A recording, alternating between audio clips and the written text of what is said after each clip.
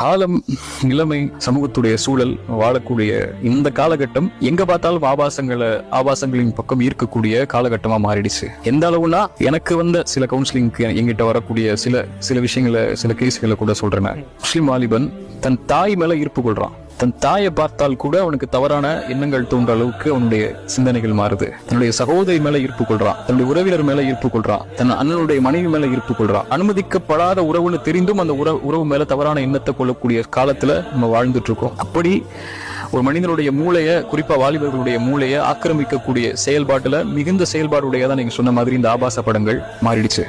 இத தவிர்க்கிறதுக்கு 1000 காரணிகள் இருந்தாலும் முதல் காரணி அல்லாஹ்வுடைய பயம் மட்டும்தான். ஒரு மனிதன் தன்னை கண்காணிக்கக்கூடிய ஒருவன் இருக்கிறான் அப்படின்னு என்னைக்கு அவன் நினைக்கிறானோ அப்பதான் முதல்ல பாவங்கள் இருந்து வெளிவரக்கூடிய முதல் ஸ்டெப் எடுத்து வைப்பான். அது வரைக்கும் எடுத்து வைக்க மாட்டான்.